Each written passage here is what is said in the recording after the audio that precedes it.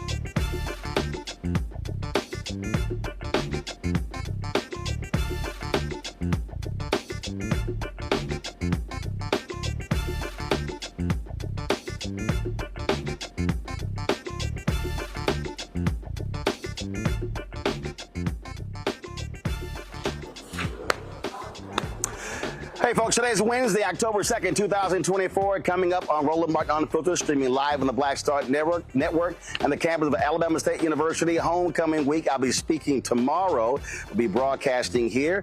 During today's show, I'll be chatting with the president of the university, talking about HBCUs, talking about, again, how this university is doing post-COVID. So we have that conversation. Also, we'll talk about last night's vice presidential debate between Senator J.D. Vance as well as Minnesota Governor Tim Walz, who won, who lost, as well as a new ad the Kamala Harris campaign has dropped regarding that particular debate.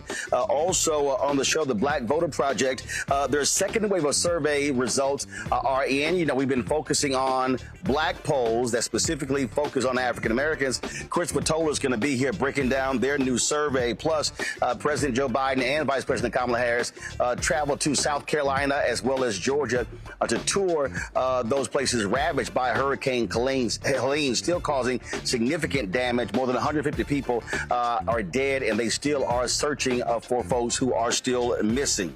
Also, we'll talk to a reporter with the Philadelphia Tribune about their front page story on Project 2025 and its impact on African Americans. Plus, the DOJ, I keep telling y'all, elections have consequences. They have arrested some 70 white supremacists in California. So we'll tell you about that massive line of arrests that took place today. Folks, it's time to bring the funk. I'm Roland Martin Unfiltered on the Black Star Network. Let's go.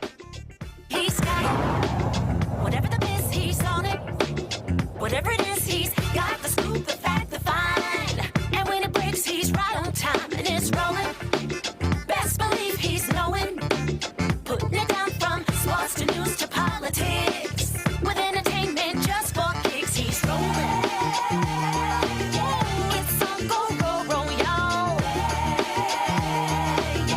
It's Roland Martin, yeah. Rolling with Roland now. He's funk, he's fresh, he's real, the best, you know he's Roland Martin now.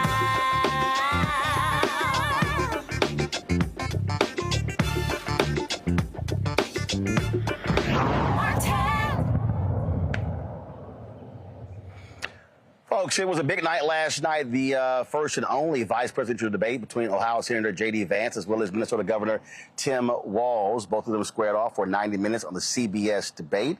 A lot of folks are talking about, of course, the exchange dealing with January 6th. That's been the focus all day. The campaign of Vice President Kamala Harris, they actually dropped an ad immediately after last night's debate. Watch this.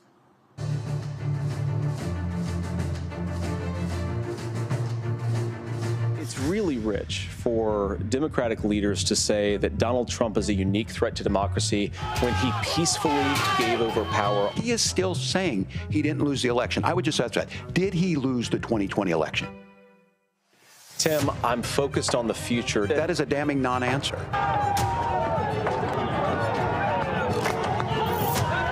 America, I think you've got a really clear choice of who's going to honor that democracy and who's going to honor Donald Trump.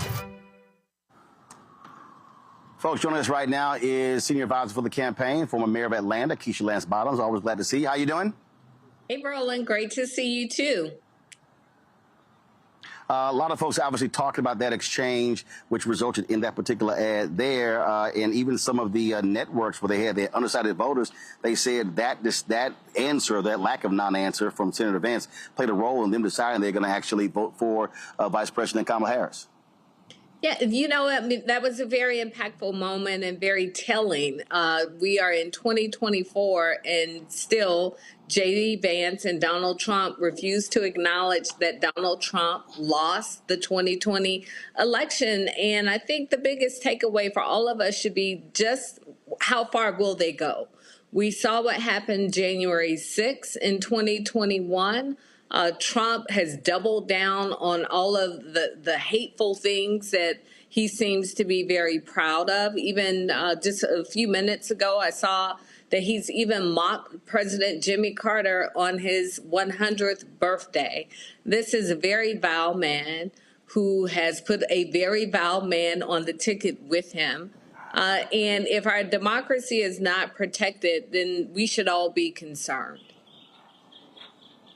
Well, it's interesting. Vance took some questions today, and a reporter asked him about that particular answer, and he said, "Hey, he said the media is obsessed with looking back to the 2020 election. I'm looking forward, and I'm going, nope. The dude who picked you to be his running mate is still obsessed with the fact that he lost in 2020." Yeah, and even in Georgia, we have this Georgia elections board that's gone rogue. This elections board's attempting to make sure that in Georgia there's a hand count. Remember, we had millions upon millions of people to vote in Georgia. They're asking for a hand count, which of course will delay the election results. They are looking back at 2020, reopening and opening investigations into the elections of 2020. And even Governor Brian Kemp, Republican Governor Brian Kemp, our Republican Secretary of State Brad Raffensperger, our Republican Attorney General Chris Carr have all said that this is ludicrous and we need to move on. So I greatly appreciate when people put party aside and they look at what a democracy is supposed to be and how it should function. And I think that's what bravery is all about. And it's so unfortunate that J.D. Vance is not brave enough to even stand up and say, let's get past 2020. He lost the election. Let's look forward to 2024. If you can't acknowledge that Donald Trump lost in 2020, it just makes you wonder what will they not acknowledge when we hit this election season that's actually upon us as we speak. New polling data came out showing anywhere from a 3 to 5 point lead in multiple states: Wisconsin, Michigan, Pennsylvania, North Carolina, and also very tight in Georgia. We're going to talk a little bit later with Chris Towler with the Black Voter Project. And one of the things that he says is that the vice president can still build on her black numbers. There still is some softness among young black voters, specifically black men 18 to 35. What is the campaign strategy over the next 33, 34 days to really lock and load on driving those numbers up, especially in critical battleground states? Hey, listen, Roland, I've got young people in my house. I have a 22-year-old who voted for the first time in the 2020 election cycle. I know that Donald Trump has been in his social media feed for the past 4 years. He's now even sending mailers to our home, one, sometimes twice a day. So he's not taking young voters for granted, especially young African-American men. I've checked in with a lot of friends to see if this is happening across the metro Atlanta area. They have told me absolutely that the young men in their households are being targeted with mailers. And I think we all need to take note of that, because we can't sit on the sidelines and take anybody or anything for granted. We know how Vice President Harris has delivered, along with President Biden, for the African-American community. You're at Alabama State, $16 billion given to HBCUs. That's generational changing for HBCUs.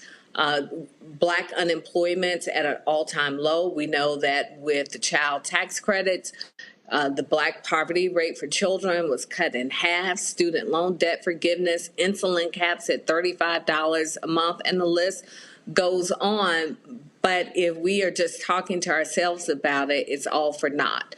So I am not taking for granted that my 22-year-old son is going to vote the way that I'm voting, or that he'll even vote at all, because young people have a lot that has really, made them disillusioned with politics.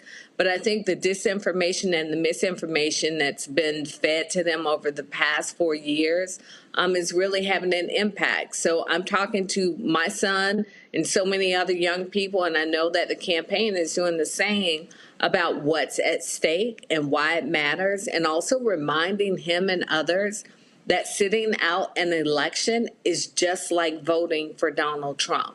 he wants nothing more than for young Black men, for young Black women to sit at home and not be engaged in this election. Well, I can tell you, I have 9 nieces, 4 nephews, and if any one of them told me that they may not vote, they may not be breathing. Because I can guarantee you what won't be happening. I guarantee what won't be happening. There will be no Cash Apps, Zelle, PayPal, Venmo. Matter of fact, they won't be eaten as Sunday dinner. It's going to be real rough in the Martin family if any one of them say they're not going to vote. Yeah, and listen, it will be the same way in my household, but the bigger point is that there are a lot of young people who just aren't happy with politics right now. And we can't take them for granted. We can't just assume and threaten them into voting. It should be something that they want to do because it's about their future too. And that's why I said I'm not taking for granted how any young person in my life is going to vote, or even if they will show up to vote. And it's important that we hone in on our messaging, which we have done. I'm very pleased that the campaign has taken this very broad approach to how we are communicating. We aren't just doing it by press release. You know, we're reaching young people where they are through TikTok and Instagram and other social media platforms. I think that's important, but nothing beats someone in your ear, in your house, in your community, talking directly to you about the importance of voting. All right. Keisha Lance Bottoms, we certainly appreciate it. Thanks a lot. Thank you. All right, folks, going to go to a break. We come back. We're going to chat with the president of Alabama State University, talking about what's happening here on this campus in this, well, I still had to say post-COVID world, but that's really what we'll call it.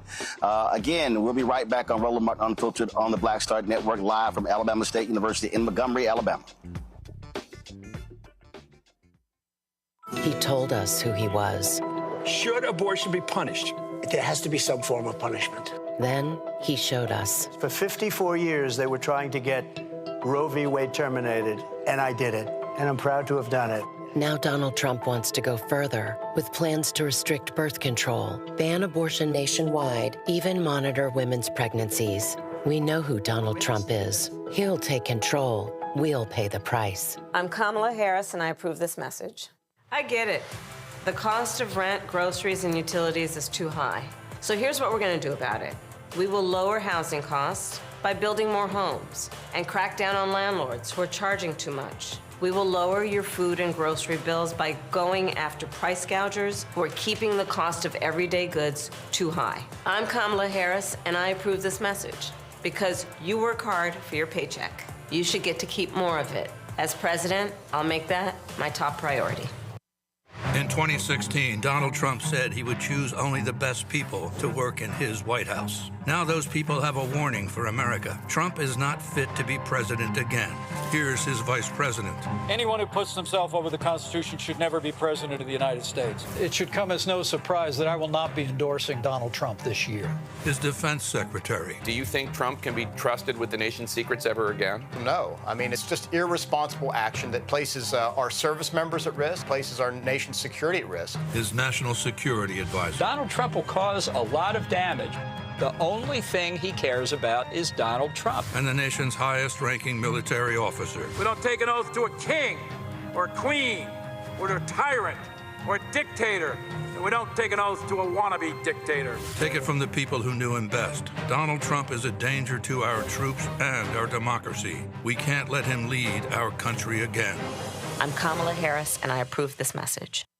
Bob and I both voted for Donald Trump. I voted for him twice. I won't vote for him again. January 6th was a wake-up call for me. Donald Trump divides people. We've already seen what he has to bring. He didn't do anything to help us. Kamala Harris, she cares about the American people. I think she's got the wherewithal to make a difference. I've never voted for a Democrat. Yes, we're both lifelong Republicans. The choice is very simple. I'm voting for Kamala. I am voting for Kamala Harris.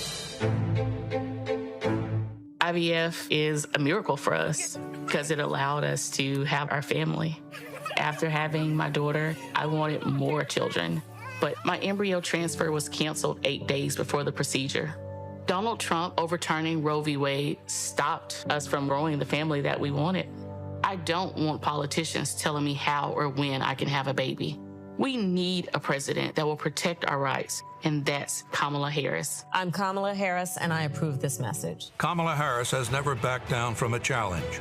She put cartel members and drug traffickers behind bars, and she will secure our border. Here's her plan. Hire thousands more border agents, enforce the law and step up technology, and stop fentanyl smuggling and human trafficking. We need a leader with a real plan to fix the border, and that's Kamala Harris. I'm Kamala Harris, and I approve this message. The overturning of Roe almost killed me. I had a blood clot in my uterus that caused my labor to have to be induced because of the overturn of Roe v. Wade. I wasn't able to get life-saving treatment sooner. I almost died. And that's because of the decision that Donald Trump made. I was able to get Roe v. Wade terminated, and I'm proud to have done it. The doctors and nurses were afraid that if they treated me in the incorrect way, that they would be prosecuted for that. And that's appalling. Donald Trump says that women should be punished. Do you believe in punishment for abortion? There has to be some form of punishment. For the woman? Yeah. I believe that women should have reproductive freedom to make the choices about their own bodies. 4 more years of Donald Trump means that women's rights will continue to be taken away one by one by one by one. This has to stop because women are dying. I'm Kamala Harris, and I approve this message. Here's a 78-year-old billionaire who has not stopped whining about his problems. Oh, she had a big crowd. Oh, the crowd. This weird obsession with crowd sizes. It just goes on and on and on.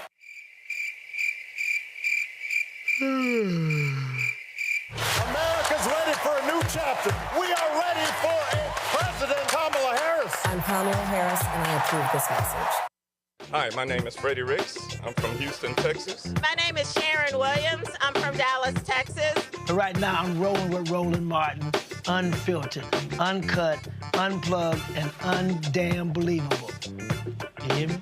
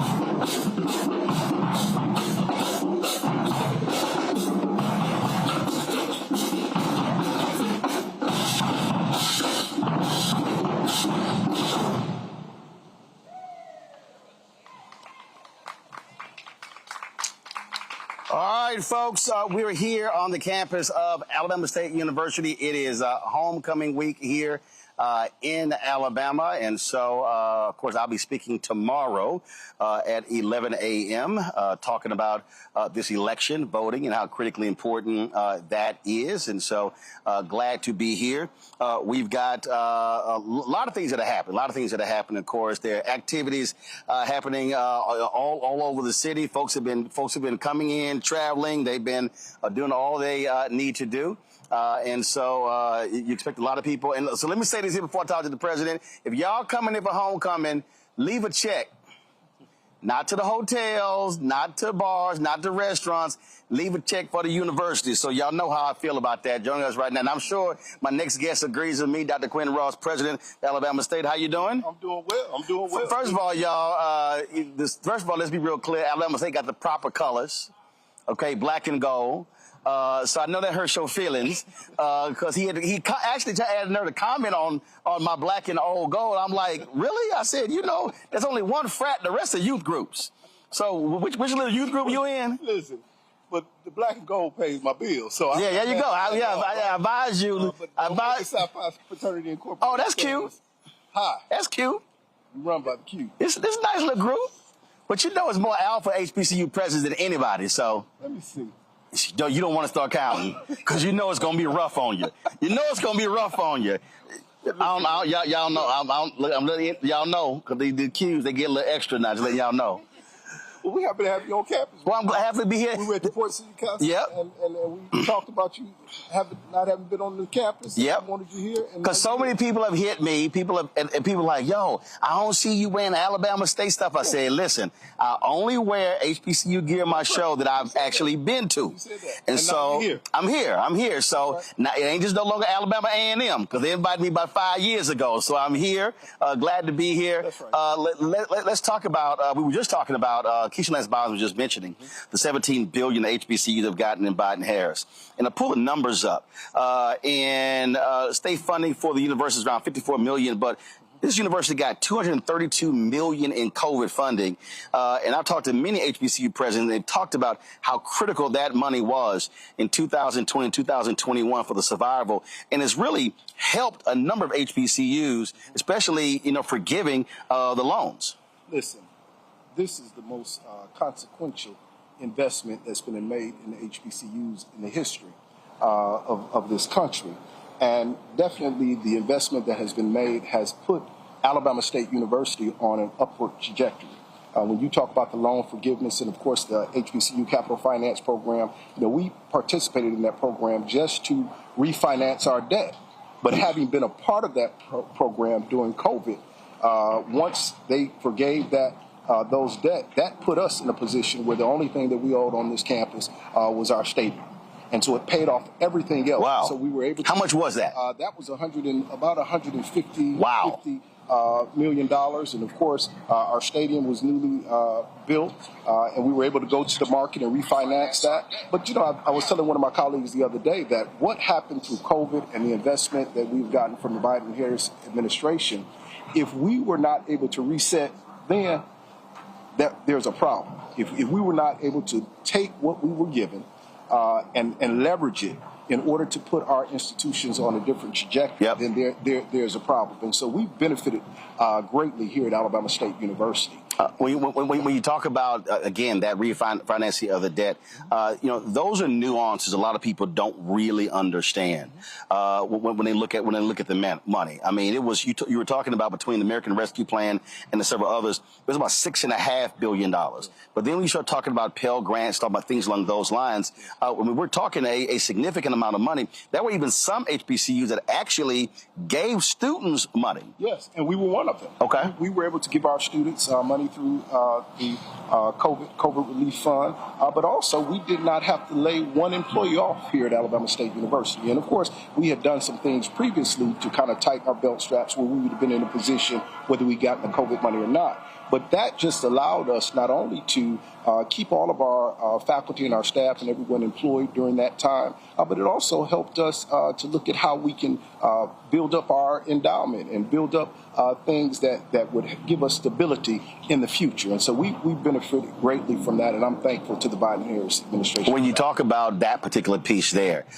we have seen, obviously, it was post-George Floyd. There were a number of donations that were made to many HBCUs, but we've seen that continue, and we also have seen HBCUs focusing on online learning. Because COVID forced folk to have to go to online. What did y'all do here, and how have you been able to take advantage of that? Because there are students who say, hey, I would love to go to university, but for any number of reasons I can't afford to, but online still allows them to be a part of the university. Exactly. And of course, as you stated, it pushed us there quickly. And we have benefited from that. Expanding our enrollment, as well as we have our student leadership here, our SGA, as well as our SASU and Royal Court. Some of them may even be taking online courses now while they're here, right, in order to expand and give some breadth to their course load. But it was a necessary, and working with organizations like the Thurgood Marshall College Fund, which of course represents public institutions, and UNCF, as well, that represents private, and together this transformation project that many of our institutions are participating in, helping us kind of reboot and stabilize in all aspects of the university, from enrollment management to your advancement office. And so these are the type of things that we were able to benefit from not only the COVID relief, but for individuals understanding the importance of HBCUs. And so we have benefited greatly here at Alabama State University. We also have talked to other presidents, and when the Supreme Court made their decision with regards to affirmative action, people talked about, oh, this could be a boon to HBCUs. But actually, you have seen tremendous growth in the last several years, even before that particular decision. With that growth comes growing pains. Tennessee State, Florida A&M, Texas Southern University, dealing with housing, things along those lines. Have you experienced any of that? And how are you managing that increase in enrollment? How are you managing, okay, you need your facilities to keep up with folks who are trying to come? No, listen, and here at Alabama State University, we believe in strategic measured growth. And of course, through our Vice President of Student Affairs and Enrollment Management, we have to hit those markers, understanding how many people we can house on campus. So what's your enrollment right now? Our enrollment right now is about 4,053 students. 4,053, but we can only house about 2,100. Of course, we have, a waiting list of individuals, because most individuals that come into college now want to live on campus. Right. But we've been blessed. Again, I'm going back to repositioning ourselves financially. Our Board of Trustees just here a month ago in Florida at the Orange Blossom Classic approved for us to go back to the HBCU Capital Finance Program. We will be building 2 new student residence facilities here on Alabama State. And that'll add, what's the capacity? That'll be 518 new beds. So it takes you up to 2,500. Exactly. And we don't go back with the traditional dormitories. We're going more to the apartment living. Right. And it's going to change the appearance of the community. So we're excited about that. Again, positioning ourselves fiscally with things that we've been blessed with through not only the Biden and Harris administration, but through the COVID relief. And so we're positioning ourselves well to be able to deal with any. So your enrollment is a little over 4,000, but what is your capacity?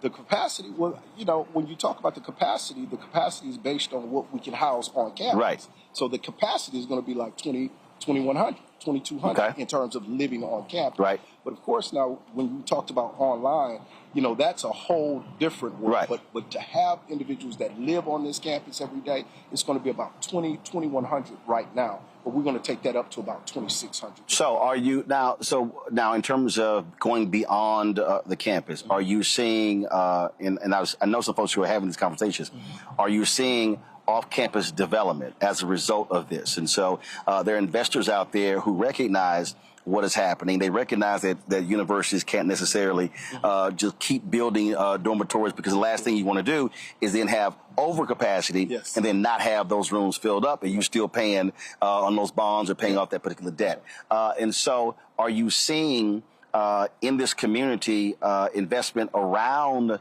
the university? Well, we're seeing that investment, but then we've been taking an active role in that investment too, because we want to control what's around the institution. So we've been buying property up around the institution, for our future growth. Okay. Now, in terms of the scenario you gave in terms of building extra houses and not filling it, the beauty of Alabama State University is that we own all our housing. So when we build new housing, right, if we just had to fill that, we would still be able to make a note, right? So, but I think the idea is to not overbuild, to make sure that you can, meet the capacity that you have. And so that strategic measured growth, that's the direction that we're moving in, and we're super excited about it. So hopefully fall of 2026, we will open those new student residents. Let's talk about relationships in terms of corporate relationships that specifically relate to your students. What is happening there in terms of aligning with businesses, aligning with industries that are looking to recruit? What are you doing in that area? Because that's also one of the things that I talked to different corporate leaders. Many didn't even understand the talent pool, didn't even understand where most of your black doctors and lawyers were coming from. And so, are you seeing a pickup in that area? Oh, extremely. Listen, we are extremely excited about the opportunities that we have in terms of forming partnerships. And my team, the entire campus, knows that I'm big on partnership. Having served 15 years in the Alabama State Legislature and the State Senate, partnerships is where it is in order for us to continue to grow, not only for Alabama State, but for the surrounding community. And so one point in case, we were one of the first HBCUs, if not the first, to go to a brokerage house on Wall Street to take our endowment there. So we've moved our endowment to Newburgh and Berman out of New York, which is a self-employed organization. Over $464 billion worth of assets across the world. They have our endowment, and I tell you, what's that endowment? That endowment now is probably in upwards of about $150 million, right? But we started out when we gave them our money in December. Since December, we have accumulated, particularly dealing in the private equities, over $20 million, right? And that proposition is not a proposition that all of our institutions get because of the way that we're investing. But they have not only, because when I talked to them, I was concerned, I want you to give, you can give us a check.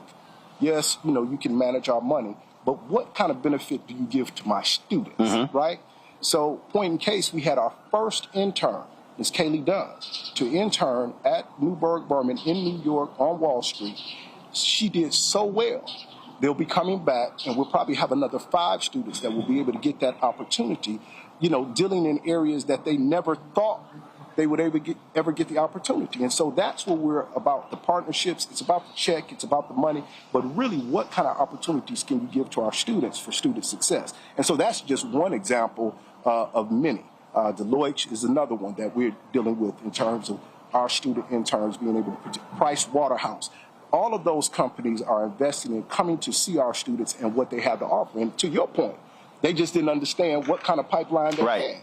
But here at Alabama State University, where history is made, we show them over and over again the quality and excellence that we have right here on 915 South Jackson Street. Now, one of the things that it is still being talked about, this whole NCAA settlement, when it comes to the lawsuit, paying players, that's going to have an impact on SWAC schools and others. And other conferences are like, hey, wait a minute, hold up. Y'all can't be screwing us over. What are those conversations being like when you're trying to get them to understand that, hey, Power 5 schools are making all this money? How are you going to have the other conferences having to foot a lot of these bills? Yeah, well, listen, we're fortunate to have Dr. Charles McClellan, who is the commissioner for the SWAC, and I can tell you that the SWAC is alive and well. I'm fortunate to serve as the chair of the SWAC commission. I also am fortunate enough to be on the NCAA board of directors. Matter of fact, I got off a call today talking about the House settlement. And of course, there's going to be some impact to our HBCUs, but I think we have to be creative. For point in case, our Vice President of Intercollegiate Sports and Athletic Director, Dr. Jason Cable, when he came on board, when we were dealing with the NIL, basically he came up with the cost of attendance scholarship as well as the academic scholarship, right? And so the whole thing with cost of attendance, if all of you are showing up, everybody gets something, right? So you don't have that that kind of divisiveness going on. And then if you're doing well in your academics, you get a little more. So then someone who comes on and gets a big NIL deal, right? He's going to get that, but everybody else is getting something as well. So we've just been strategic in that space, but we have been most vocal on Capitol Hill about what it would do to us if we had to pay for play, if we had to treat our athletes as employees. And a matter of fact, Mr. Charlie Baker on a call, who's the president of the NC2A, basically talked about how HBCUs have led the way in terms of getting people to understand how any type of settlement other than house would cause so much distress to underserved institutions. So we're on the forefront, and it's just good to have a seat at the table in order to be able to voice your concerns. And I can tell you that when the SWAC speaks, people listen. When the MEAC is participating. So all of our organizations basically are making an impact on how all of this will shape out with the NC2A. Last question. How are you also trying to temper the desire of alumni to want to compete with Power 5 schools? What I mean by that is it's an arms race in many of these schools. I mean, the amount of money they're spending. And I've talked to other presidents who said, look, we understand the glory days of the past when this is the only place black athletes could go. But they've said, my focus is to make sure we're graduating students, that they're going out into the field, these non-athletic fields, because once you start trying to play in an athletic arena, you can be spending a whole lot of money, and then what is going to be the return on that investment? Yes. Well, listen, we have 18 collegiate sports here on campus. And football and basketball, of course, are the major drivers. But when you talk about an institution that focuses in on academics and excellence, when you have almost 300 athletes who have a 3.0 GPA or greater and who are graduating every year, that shows and demonstrates that we want you here to play sports, but our most important mission is to get you across that stage so you can go out into the world. And so having a football coach that graduated from Alabama State University, and Coach Eddie Robinson with a 3.8 GPA chemistry, he was all academic, he understands. Our vice president of intercollegiate sports, he's an academician. And so we know that students can go anywhere else, but when we walk you through Alabama State University to show you all that you can receive here, plus you're going to get your degree, we want those students who want to be with us, right? And so that's how we build our athletic teams. All right. Well, sounds great. Well, Doc, good to see you. It sounded to me like you were trained by an alpha. Man, so I think you want to get out for all the credit. Of course. But listen, I had to represent my SGA, my student government leaders, and our queens, and this is my support system. This is why I do this job. All of my VPs, we're a family here. We're a place where history is made. And listen, we're happy that you're here. We hope you stick around for all glad to be here. And actually, I was going to bring this. I was going to bring this up tomorrow in my speech because I said so. I'm reading a book. And I saw the Rosa Parks statue, and I text Mayor Stephen Reed and I asked him this here. It is stunning to me that there is no statue to Joanne Robinson in this city. And it was the Women's Political Council and her running those copies off on this campus. He said, I want to dedicate a street. I said, no. I said, to me, there should be something.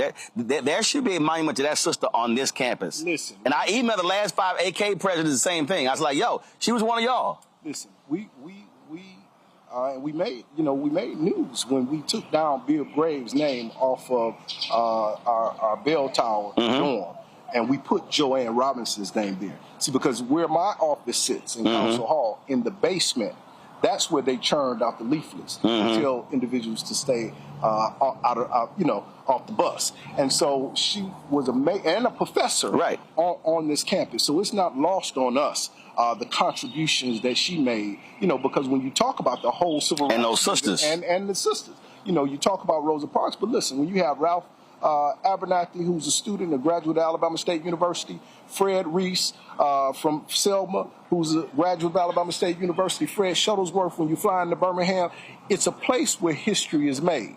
That's not by accident.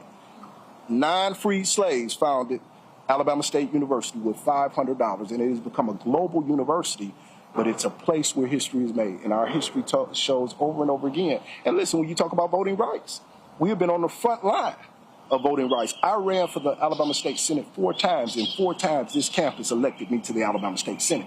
That's the power of student voices. That's the power of the vote. So anyway, listen, I can start preaching about Alabama State University, but we're excited that you're here. Well, glad to be here. Thank you so much for your show, and thank you for your forum. I appreciate it. Yeah. Thank you so very much. All right, thanks so much. All right. Folks, got to go to a break. We come back. We'll chat with our panel. Lots more to talk about when it comes to politics, when it comes to news, especially the big DOJ arrest today, and also the sister, the federal judge out of D.C. Unsealed Jack Smith's 150-page motion against Trump.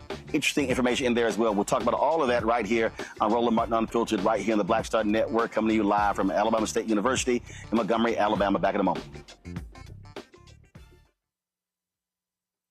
He told us who he was. Should abortion be punished? There has to be some form of punishment. Then he showed us. For 54 years, they were trying to get Roe v. Wade terminated, and I did it, and I'm proud to have done it.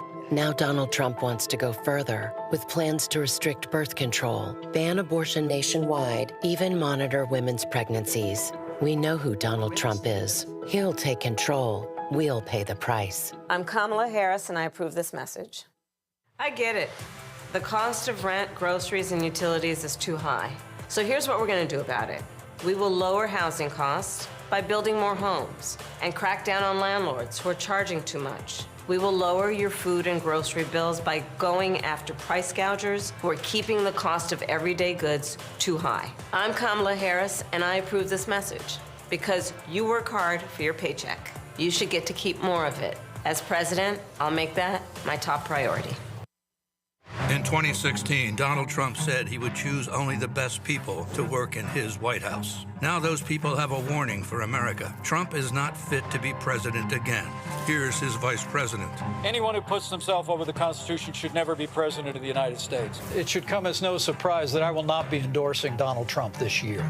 His defense secretary. Do you think Trump can be trusted with the nation's secrets ever again? No. I mean, it's just irresponsible action that places our service members at risk, places our nation's security at risk. His national security advisor. Donald Trump will cause a lot of damage. The only thing he cares about is Donald Trump. And the nation's highest-ranking military officer. We don't take an oath to a king or a queen or to a tyrant or a dictator. And we don't take an oath to a wannabe dictator. Take it from the people who knew him best. Donald Trump is a danger to our troops and our democracy. We can't let him lead our country again.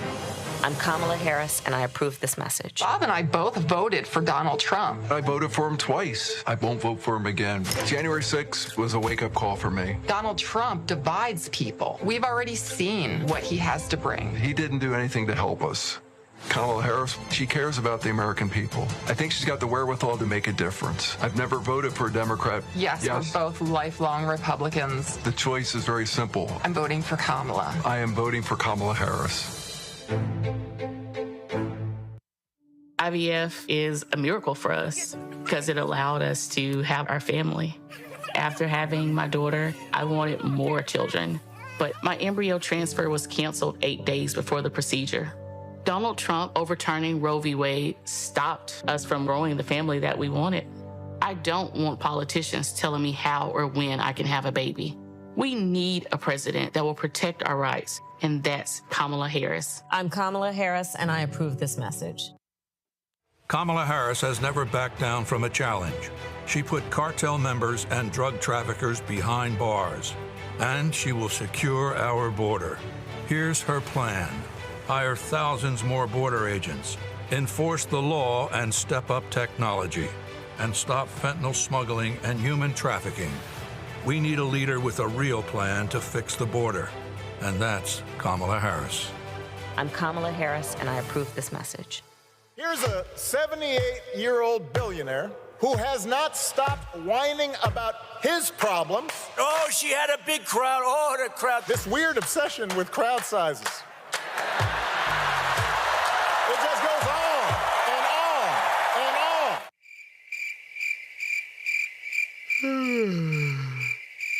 America's ready for a new chapter. We are ready for a President Kamala Harris. I'm Kamala Harris, and I approve this message. Winners never back down from a challenge.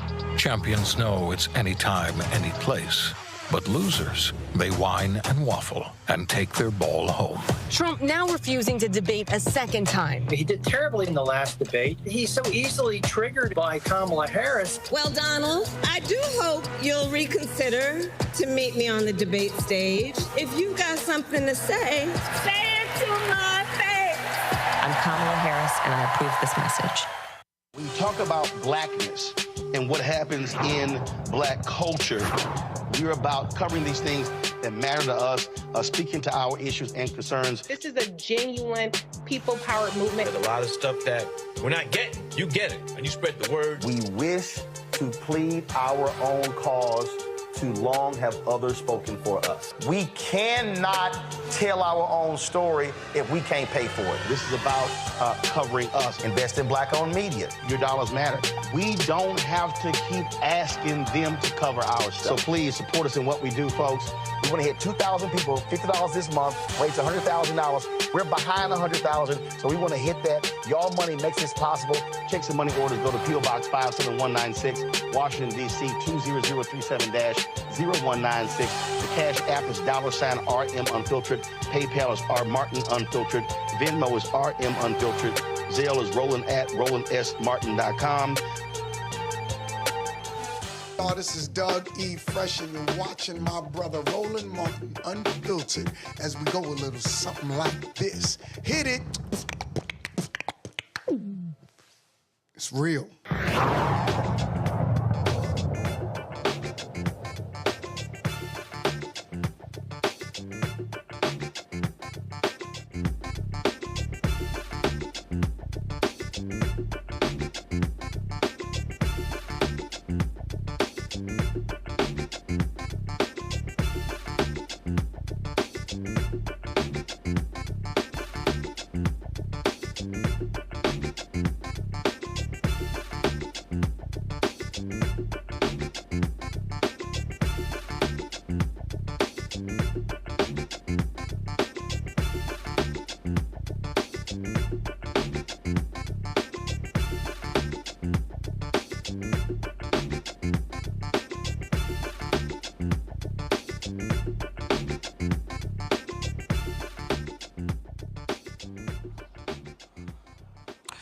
All right, folks, welcome back to Roland Martin Unfiltered here at the campus of Alabama State University in Montgomery, Alabama. Let's bring in our panel right now. Rebecca Carruthers, Vice President of Fair Election Center out of Washington, D.C. Gavin Reynolds, contributor with The Root and former speechwriter to Vice President Kamala Harris out of New Haven, Connecticut. Teresa Lundy, principal founder of TML Communications out of Philadelphia. Glad to have all three of you. Rebecca, I want to start with you. You heard me talk to Dr. Ross there, and the point that I was making in terms of Biden-Harris administration, HBCUs at $17 billion, the impact, and this is because I've heard black folks talk about, well, that's just for HBCUs. They got to understand that's for the surrounding area as well. When you talk about that level of investment, when you start talking about increasing students, increasing faculty and staff, that also means housing. That means folks are eating. That means people are going to restaurants. And so the impact of that $17 billion investment goes beyond just students, faculty, and staff. You know, to be clear, Roland, something that people have to understand, they have to understand what the funding mechanism is for HBCUs in this country. First of all, the HBCU designation was in the 1964 Civil Rights Act for the schools that were created to educate Black students in this country when segregation did not allow Black students to attend certain predominantly white institutions. You had HBCUs that were set up and that were created. Specifically, you know, Alabama State, for the audience, heard that it was actually Black folks, formerly enslaved folks, who founded Alabama State. That wasn't the case for every HBCU. But within that funding mechanism, predominantly white institutions have a different funding formula than HBCUs. So this is not money that HBCUs are getting in addition or extra, and it's despite what PWIs are getting. If HBCUs in this country were funded the same way from both federal and state governments at the rate of predominantly white institutions, we would definitely see more advances in infrastructure and more things that HBCUs could do to serve their campuses, their students, and then the greater community. But to your point, Roland, many of our HBCUs are located in areas where it is the main economic engine in that particular area. So we know from an economics perspective, if more money and more investment is put into HBCUs, the towns, the cities in which the HBCUs are located will also receive economic benefits as well. So Teresa, you heard me talk to Dr. Ross about going beyond the area. And again, when I think about my alma mater, Texas A&M University, I remember the student housing, and I remember there being this sort of this off-campus dormitory style apartment that actually used to be a hotel. I go back 10, 20 years later, massive development all around College Station, private investors, building elaborate housing, things along those lines. And this is the thing that I'm trying to get people to understand. Black folks who say, well, Biden-Harris ain't did enough for black people. When you start talking about a university like Alabama State able to get rid of that debt, and what did he say? Now begin to acquire land. They now can start negotiating deals with potential black developers about building businesses, building additional housing that they actually have an equity stake in. And so I think a lot of people are just too narrow in their thinking when they say, oh, yeah, sure, you know, they invested in HBCUs, but what else have they done? This is called institution building. And when you're able to invest in institutions like HBCUs, like black-owned businesses, black banks, all of a sudden you're dealing with the pillars of a community. You're absolutely right. If more institutions and federal and state funding goes to other HBCU schools across the country, people will be in better position. PWIs have been getting this funding, investments, and clear investments over time. That's what makes them the upper echelon type of institutions, and that what makes it, one of those schools that you only admire to go to if you are privileged to know about them. But HBCU schools, having those investments allow the individuals that's actually taking those courses, those classes, investing in those groups and programs to do more, not only in their communities, but in their neighborhoods. And so it's oftentimes that we see the investments only look like kind of like scraps. Little portions of it are going to HBCUs, but if they think broader and really add an equal amount of portion between HBCUs and PWIs, they'll start to see the investment not only in the workplace, but also in their families and also changing the GDP overall. So, Gavin, in a moment, I'm going to talk with Christopher Towler with the Black Voter Project. And listen, when you start talking about battleground states, we start talking about North Carolina, talking about Georgia, even when you talk about Philadelphia, where you have Lincoln, where you have Cheney State in Pennsylvania, you also have Lincoln University. We're talking about individuals who are going to those places, individuals who are graduating, but again, the broader community. I just think that when I listen to critics talk about what they say has it been done, I think they simply are grossly ill-informed in terms of what actually is happening and the impact when you have individuals in the White House who understand these communities. Listen, Donald Trump went to an HBCU by accident when they had an event at Benedict College, which was supposed to be a bipartisan deal. It really was they didn't want to turn to a Trump rally. I don't think J.D. Vance even knows where Wilberforce or Central State is. And so when you start talking about, who you're going to vote for, you vote for the folks who are going to place the resources where they need to go. And so this is a voting decision that you should be factoring in where money is being sent. Roland, I don't think J.D. Vance knows what HBCU stands for, to be quite honest.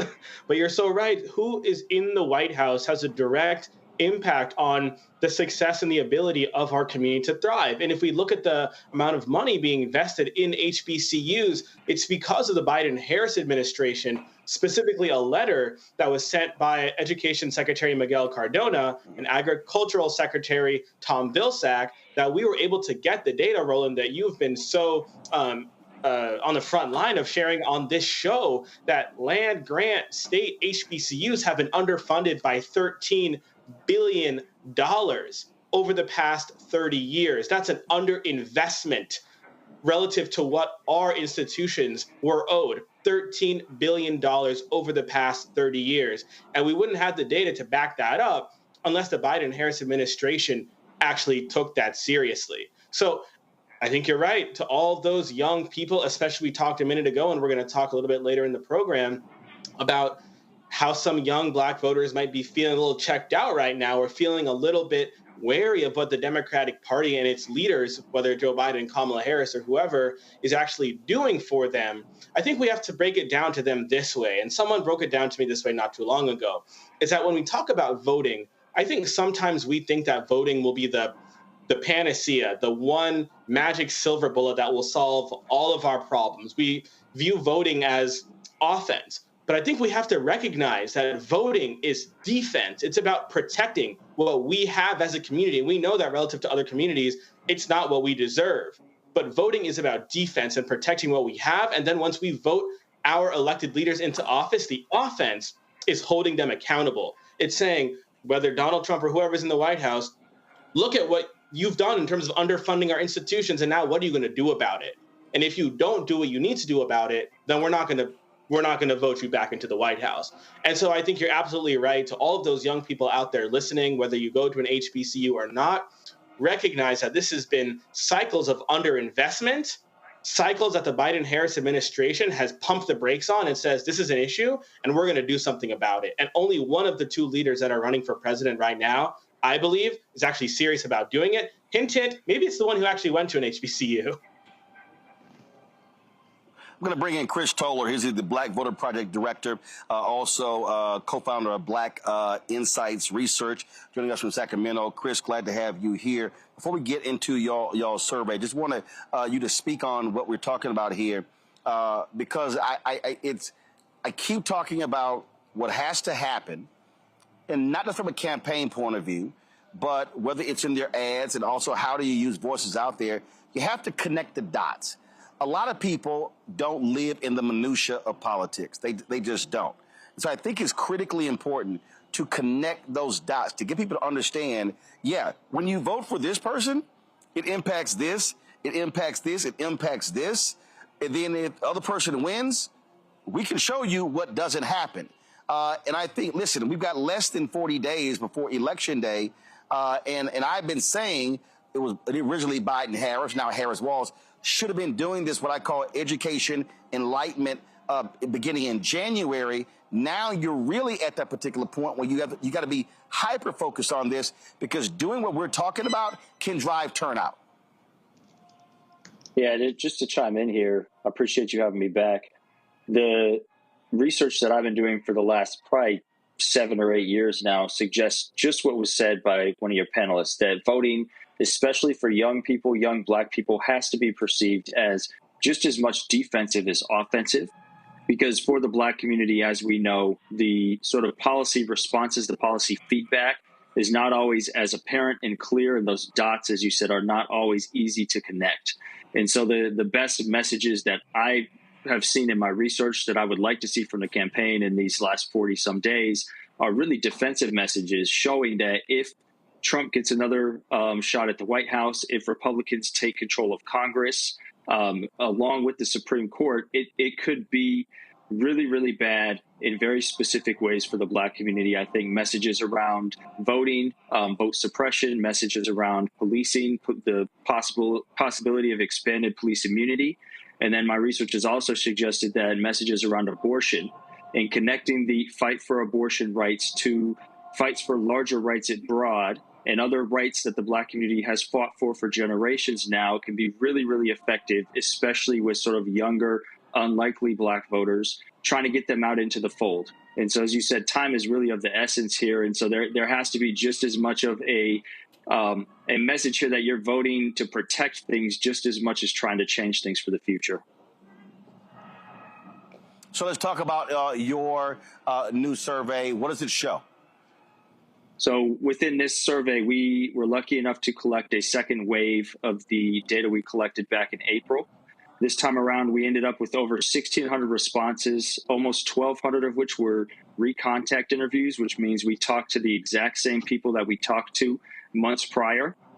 Just to talk about some of the notes, some of the specific findings, we saw a dramatic jump in both favorability and Black vote share. Switching from Biden to Harris, favorability jumped 19 points.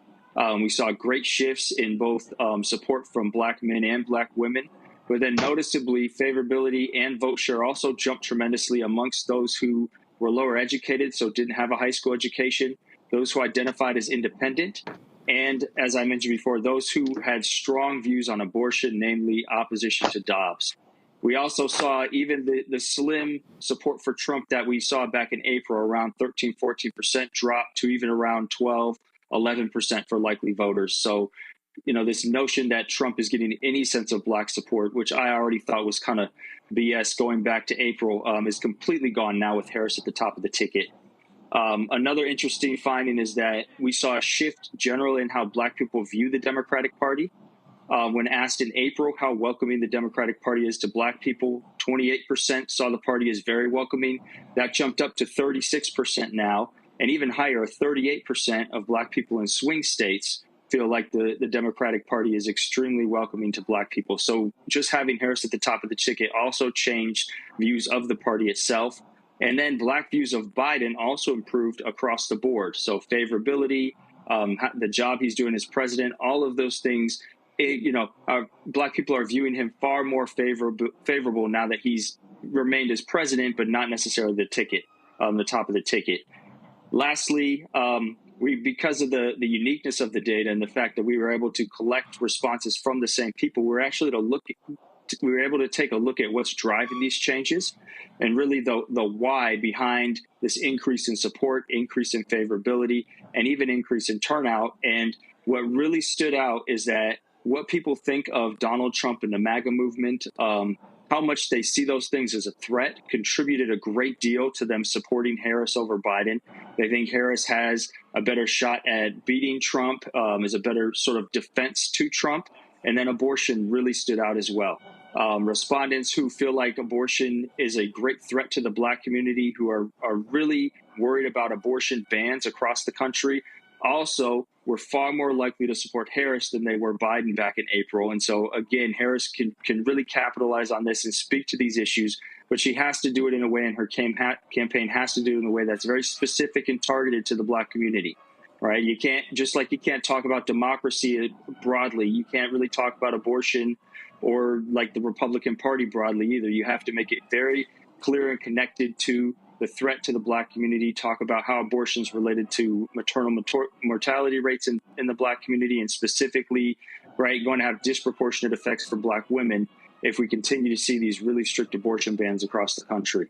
And so I'll leave it there, but I'd love to have questions. I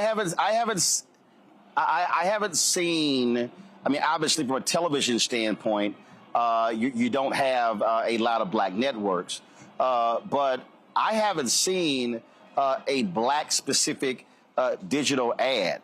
Are you? Let's talk about radio. Are you hearing? Different ads that are very specific on Black radio coming from the campaign? No, I actually haven't heard much coming from the campaign at all directed towards Black folk. I've seen a few ads from smaller PACs that have put out recently in certain states. Like there was an ad in Georgia, I think, the other day specific to Black people. But again, nothing really from the campaign. This is why I'm really trying to push sort of the results of this survey and this research to the forefront here in this last month and a half of campaigning. Because if you don't do this, if you're not targeting Black people specifically, you're really missing out on an opportunity here to capitalize on turning out the most loyal constituency to the Democratic Party, right? Black people could make the difference in states like Georgia, Pennsylvania, especially North Carolina, now that that's in play. But they're only really going to come out. You can only appeal to Black voters with messages that resonate with their experience. And so, again, when the general abortion ad comes on, it's going to do some work, but it's not going to do as much work as a ad specifically directed towards Black people, that represents Black people, that has images of Black women or Black families in the ad, right? These are all things that really need to be taken into consideration that I'm not seeing as much as I would really like to. Questions from our panel. Teresa, I'll start with you. Hey, Chris, thank you so much for that research and data. Despite not having a commercial that is specifically targeted to Black and Hispanics, what else in your research have shown that there has been an increase in engagement amongst Blacks? I think another major factor here is sort of identity. And one of the main differences between Black people who supported Biden and those who support Harris is the strength in Black identity, where those who have a really high sense of their self-identity, their racial identity, had a dramatic increase in their support for Harris over Biden over when that switch was made during the 2 waves of the survey. And so, again, I think there's an opportunity here for Harris to use her identity, but it seems like that's something that, similar to the Obama playbook, she's not necessarily wanting to lean heavily into, especially, with all the controversy around her identity early on as she entered the campaign as the nominee. And so there is opportunities there. We know that there are research suggests there's elements of empowerment that could come into play, where you have Black voters and the Black community looking towards Black representatives for special or different kind of representation than they might normally get, creating bonds of trust, increasing engagement in people's wanting to participate and learn about politics. But it has to really be on the part of the campaign to make that connection happen, to show that she will be, a representative that the Black community can really lean into. Thank you. Gavin. Chris, thank you. It's great to hear your insights. I have 2 questions. They're related. One, so I saw a recent NAACP poll. I can't remember who they did the poll in conjunction with, but it was kind of suspect. It showed that 26% of Black men under 50 are supporting Trump. I think the numbers are a bit outdated. They acknowledge that the survey was conducted prior to the DNC, so I'm guessing maybe sometime in late July. But I'm still curious what you make of that finding and how you sort of square it with the data that you all have collected. And then the second part to my question, relatedly, is how do we thread the needle between beating back some of the false narratives about Black men flocking to Trump, while at the same time making clear that we know, to use the VP's words, that Black men aren't in anybody's pockets? Yeah, I think that the results from the survey you just mentioned do somewhat comport with the findings from the Black Voter Project data. Overall, Black men do support Trump at higher rates than Black women. Back in April, that number was around 20%. It dropped to about 17% with Harris on the ticket, so a slight decline in Trump support among Black men, but it is significantly higher than Black women. There's, a lot of different sort of anecdotal reasons as to why that might be, having to do with sort of patriarchy and understanding of Trump is maybe a business leader. These things that, again, have been floated out there as GOP talking points for years now, some of which might be paying off. Also, though, I think that it's important to understand that when looking at these numbers, especially among younger Black men, they are a bit inflated in the survey world, because unless you're looking particularly at sort of this likely voter sample, you're going to get a lot of people in there suggesting that they support Trump who aren't actual voters, who haven't voted in a while. My data suggests that a good portion of the Black Trump support is coming from people who didn't vote in 2020 or in 2016, so they didn't vote for him before, but they still sort of, when asked these questions on the survey, tend to pick Trump over the other candidate. And so I think that comes into play here as well. So when talking about threading the needle, it's going to be sort of a really tight rope to walk here to make sure that you're not putting too much into this, trying to figure out why Black men are, supporting Trump more than Black women, as a good portion of them are not actual likely voters and really engaged in politics that much. I will say this, though. When you look at the historical numbers of Black men supporting just GOP or Republican candidates in general, this isn't out of the ordinary, right? Black men have always had higher support for the Republican Party and Republican candidates than Black women. It's not really specific to Trump, even though we might be seeing like a 1 or 2% uptick than the historical average. But we always see around sort of that 15, 16, 17% number among Black men, much higher than Black women, regardless of who the Republican nominee is. Rebecca. Hey, Chris, it's good to see you tonight. So I've heard anecdotes from different Black men in regards to trusted messengers. And some of the pushback that I've heard is, why is the Democratic Party thinking that rappers or male entertainers or celebrities are the best, surrogates to talk to Black men, to talk about voting and voting issues? So my question is, in your research, have you researched the top trusted messengers for political news for Black men? Like, who do they want to hear from? I think, a lot of Black men in particular want to hear from people from the community, but not necessarily these celebrities, unless the celebrities have a still real firm attachment to the community and an ability to relate to the people either through their life or through their music that, isn't normal, right? Most celebrities are seen as being highly removed from the Black community altogether. Other research, though, has shown that it's important that we look towards sort of leaders within the community. So here we're talking about possibly pastors, religious clergy, teachers, educators, even different types of athletes, if you will, who have still connections to the community and have sort of a social justice mind frame or platform to direct the attention of these voting blocks when politicians aren't necessarily seen as the most helpful or trusted people themselves. And so there are ways to look beyond sort of the political world to engage the Black community. But again, there's a fine line to walk here between looking towards someone to spread this message who's going to be a reliable messenger who people relate to and see a shared struggle with, versus a celebrity who's seen as wildly removed from the community altogether and doesn't have much attachment to the people that they're talking to. Chris, one of the things that, I'm just of the position. First of all, I agree with you. A lot of this stuff is significantly being overblown when it comes to Black men. I think about when Stacey Abrams was running in Georgia. Then we saw the exit polling data, and it was like, okay, it was not far off. But the point that I continue to make is that this deals with Black men and also black women.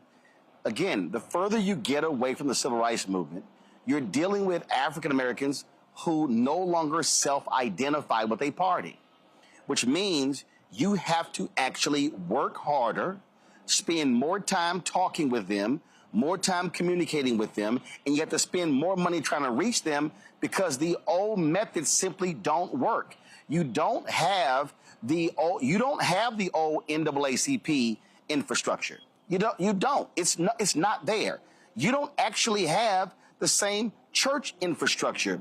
It's not there as well. You also have to contend with, in 2024, people who are getting their information. It used to be Black radio, Tom Joyner, things along those lines. Now it's Instagram, TikTok. So I just still think, from a campaign standpoint, from these white Democratic strategists, they don't understand that the Black voter in 2024, young or older, is totally different than 2014, than 2004, than 1994. And so you have to recognize how to communicate with them in a totally different way to maximize their numbers. Yeah, I 100% agree. I think the data backs that up too. When you look at the groups that shifted the most from moving from Biden to Harris at the ticket, independents was one of those groups, right? And I think that the Democratic Party can really lean into sort of this Harris candidacy as a way to signal we're still here for the Black community. We want to represent the Black community, and Black representation is going to be a priority for the Democratic Party moving forward, right? We see that in the data as independents shifted greatly towards Harris, as they did not for Biden when it came to both favorability and vote share. And we saw that when it comes to how welcoming Black people see the Democratic Party. They see the Democratic Party as, significantly more welcoming with Harris at the top of the ticket. And so, as you mentioned, the party's going to have to do more and do new and extra things to appeal to the Black community than it did before, as these new voters are more independent. Younger voters are more skeptical of politics in general and more weary of politicians. And again, that goes back to what I say, how you have to educate the voters, which means that you have to have a longer runway. You cannot wait till September and October to begin to have these conversations. You have to be engaging in these conversations much earlier. And I say 6 months earlier. I'm going to say it right now. If you're Democrats and you're talking about the midterm elections in 2026, do you know when you begin? The day after the inauguration, where you begin to talk about and have the communication with people. Because, again, what you're seeing is, and you're seeing it in the data, the number of people who say, I don't know what they accomplished, I don't know what they did, that goes to the inability to communicate and message that constantly and repetitively, and going to Black sources to also do that. Yeah, and in this social media age, as you mentioned, those types of conversations happen less and less. And so when we do focus group work and we actually talk to Black people in the community, voters and non-voters, it's exactly as you said. They're far more likely to recognize what Trump will do to harm them than they will to recognize what the Democratic Party, Biden or Harris, has done or will do to help them. Because those are much longer conversations. They're much harder to have, but they take a lot of work and effort. But those are the conversations that will build trust, that will bring up efficacy and confidence in the party and in our political institutions in the long run. And so if we do want to see consistently high Black turnout, consistently high Black voter knowledge and interest in elections, we have to build those bridges. And it takes years and years of work, right? We saw some of that started during the Obama era, but Trump's presidency essentially wiped a lot of that progress out when it came to sort of Black interest in politics and Black people feeling like they had an opportunity to be a part of the political system and have their voices heard. Last question I have for you. A new round of polls dropped out showing Harris with 1 to 3 point lead. One place was 5 point in Arizona, North Carolina, Wisconsin, Michigan, Pennsylvania.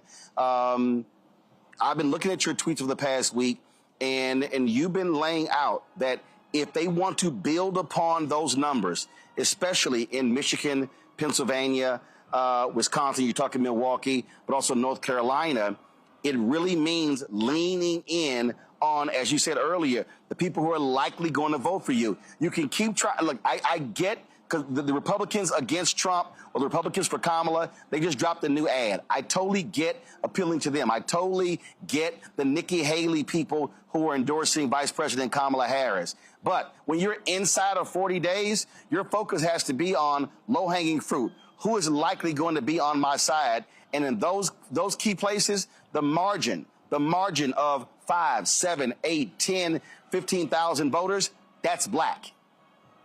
That's exactly right. And, when you have 80, 90% of Black voters in some of these states, right, you look at some of these recent polls of Georgia and North Carolina, Black support for Harris is at 85%, 92% in a recent poll in North Carolina.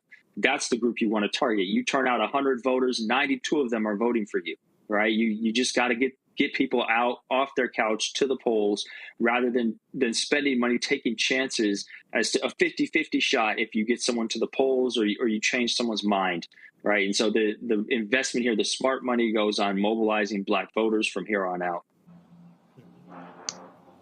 All right, Chris Towler, we still appreciate it. Hey, if somebody wants to go in depth, y'all research, where do they go? Yep, blackvoterproject.com or blackinsightsresearch.com.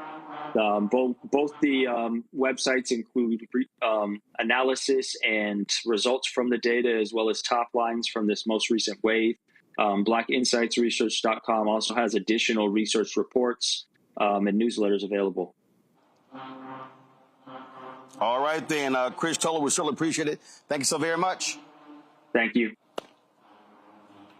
All right, folks, going to a break. We come back more on Roland Martin Unfiltered on the Black Star Network, live from Alabama State University. Folks, be sure to support the work that we do here. Of course, we know the stories that we cover aren't being talked about a lot of other places. How we go in depth with a lot of these stories are not being focused on other places as well. And so you can support us by joining our Bring the Funk fan club. Our goal is to get 20,000 of our fans contributing on average $50 each for the year. It's $4.19 a month, 13 cents a day. Now, here's the deal. We continue to have significant issues with Cash App. I don't know what the hell is going on with Cash App, but there's a lot of problems. So the way you can support us right now is PayPal, R. Martin Unfiltered.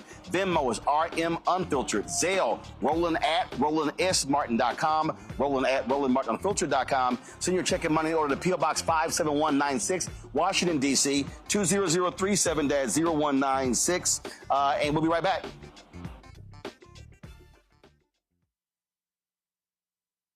He told us who he was. Should abortion be punished? There has to be some form of punishment. Then he showed us. For 54 years, they were trying to get Roe v. Wade terminated, and I did it, and I'm proud to have done it. Now Donald Trump wants to go further with plans to restrict birth control, ban abortion nationwide, even monitor women's pregnancies. We know who Donald Trump is. He'll take control. We'll pay the price. I'm Kamala Harris, and I approve this message. I get it.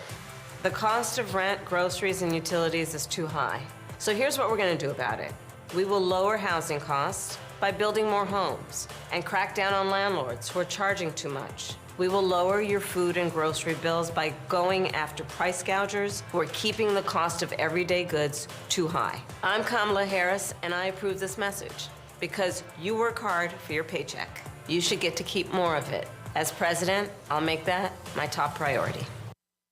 In 2016, Donald Trump said he would choose only the best people to work in his White House. Now those people have a warning for America. Trump is not fit to be president again. Here's his vice president. Anyone who puts themselves over the Constitution should never be president of the United States. It should come as no surprise that I will not be endorsing Donald Trump this year.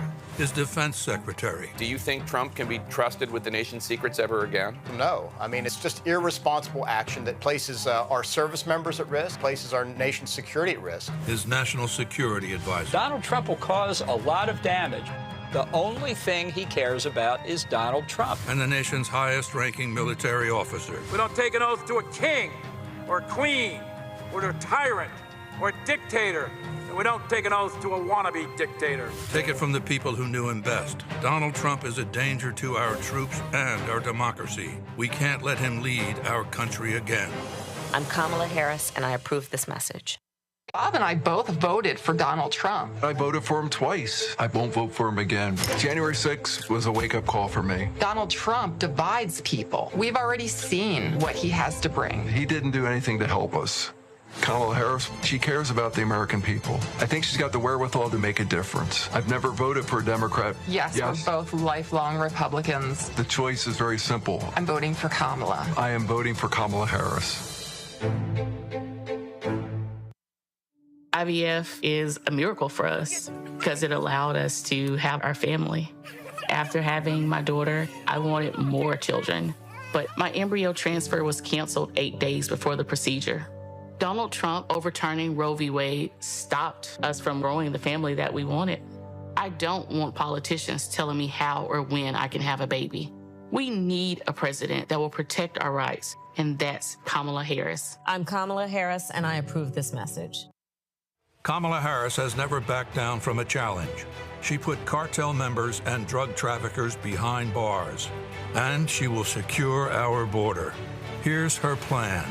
Hire thousands more border agents, enforce the law and step up technology, and stop fentanyl smuggling and human trafficking. We need a leader with a real plan to fix the border, and that's Kamala Harris. I'm Kamala Harris, and I approve this message. The overturning of Roe almost killed me.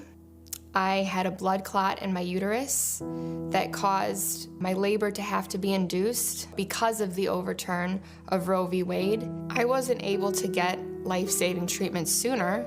I almost died. And that's because of the decision that Donald Trump made. I was able to get Roe v. Wade terminated, and I'm proud to have done it. The doctors and nurses were afraid that if they treated me in the incorrect way, that they would be prosecuted for that. And that's appalling. Donald Trump says that women should be punished. Do you believe in punishment for abortion? There has to be some form of punishment. For the woman? Yeah. I believe that women should have reproductive freedom to make the choices about their own bodies. 4 more years of Donald Trump means that women's rights will continue to be taken away one by one by one by one. This has to stop because women are dying. I'm Kamala Harris, and I approve this message. Hey, yo, what's up? It's Mr. Dalvin right here. What's up? This is KC. Sitting here representing the JODECI, that's Jodeci, right here on Roland Martin Unfiltered.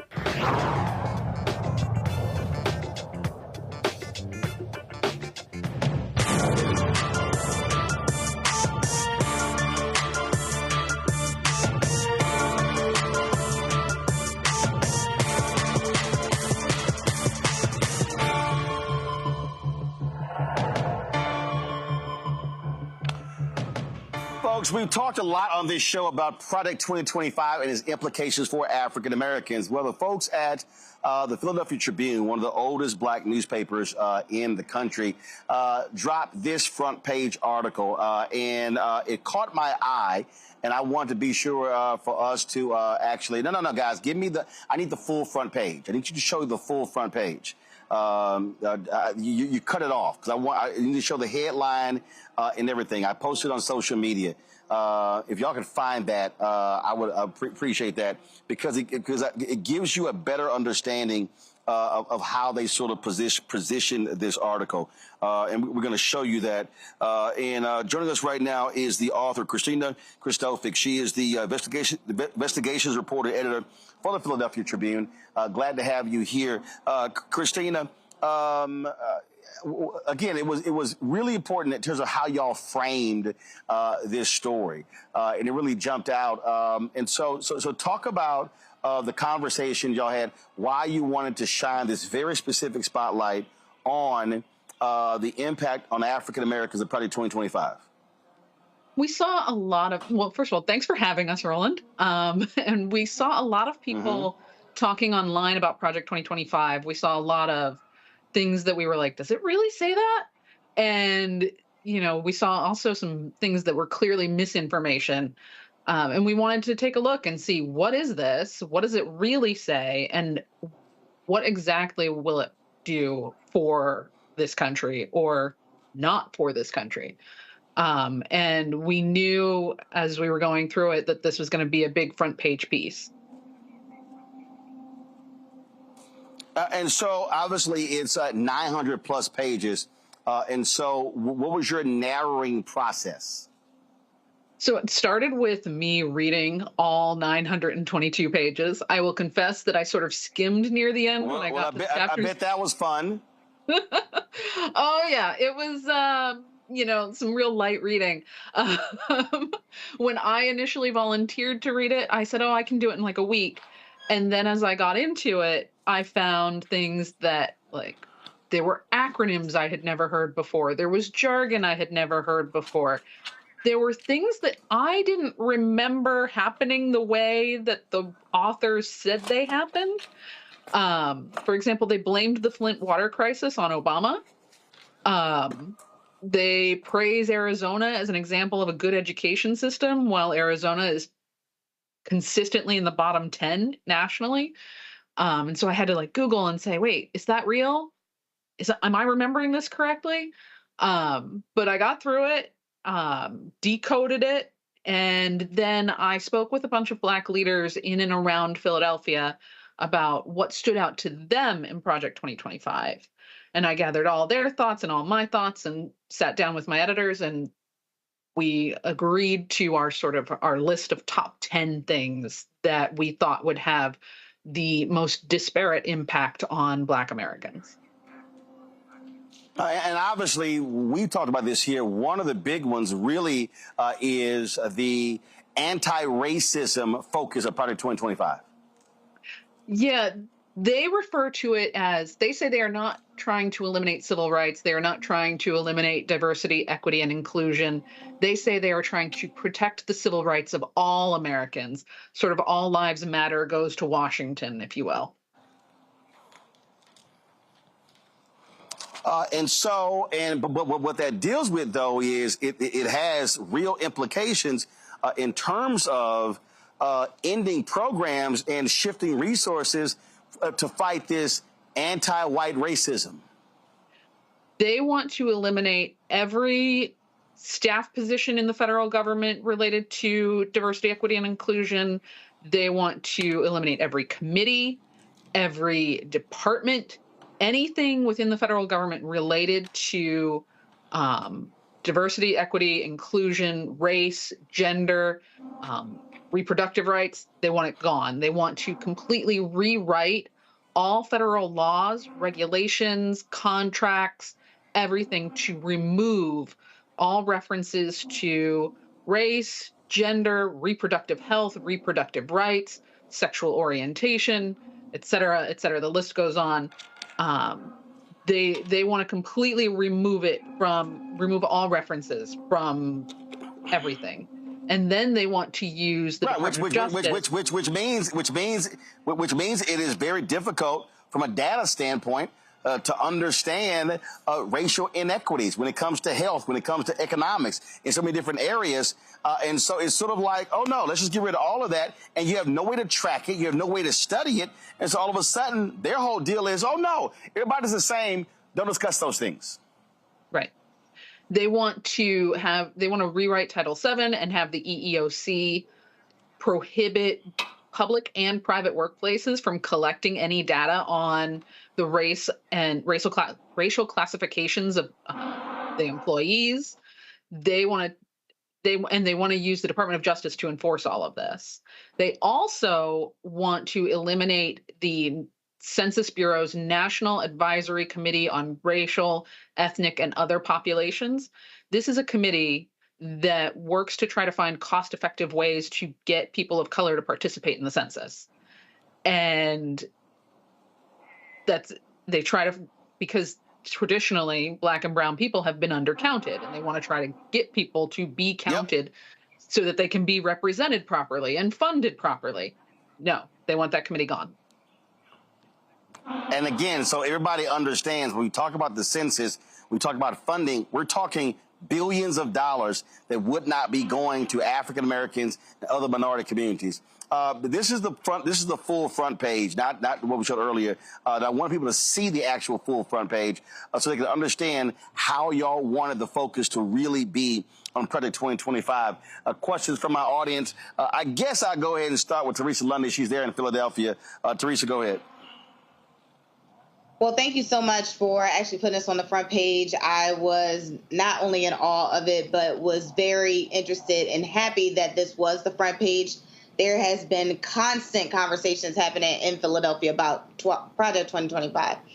So one of my questions for you is, what really incited you all to do this? Was it just the national approach, or were you hearing it from voices and clergy and community locally? It was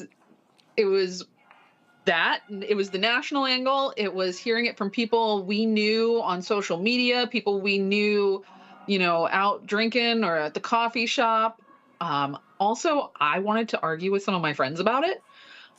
So it was a mix of factors. It felt like it was such an important part of the global conversation that we had to participate. Great. Gavin. Christina, thank you so much. You spent countless hours reading 900 or so pages of 900 plus pages of Project 2025, researching, trying to find answers to the questions that you had. But I think what's so dangerous about Project 2025 and part of the strategy behind it is that because it's so long, its authors know that most people will not do any of that. They're not going to read it, much less, try to research it or do any additional work to understand it. I think that's why it's so important, the work that you've done, and again, a testament to Black journalism, Black media. Roland, again, for you highlighting this issue so often on this show. I guess one question that I have for you, Christina, when I talk about Project 2025 to those around me, even people who might be voting for Kamala Harris, sometimes there's this skepticism that Donald Trump will actually try to or be able to execute or implement the policies that are in Project 2025. Are there strategies, I guess, as a journalist that you've sought to employ, to convince your readers to, I guess, really not underestimate, I guess, the implications of some of the things that you write about, in this case, Project 2025? So thanks for that question. One of the first things that we address in the article is, the Heritage Foundation produces this document. They call it Mandate for Leadership, and they produce it every presidential election cycle. And Republicans look to this thing every time they take office. And the Heritage Foundation claims that Ronald Reagan enacted 60% of their recommendations before the end of his presidency. And they also claim that Donald Trump enacted 2/3 of their recommendations before the end of his first year in office. Wow. And so I think when you say that and when you share that with people, like, that makes it more real. Otherwise it's kind of easy to dismiss it as like, oh, this is some fantasies from the Heritage Foundation, or Donald Trump didn't really write this. It's not his. But he might not have written it, but he definitely used a previous edition as his sort of like playbook for his presidency. Thank you.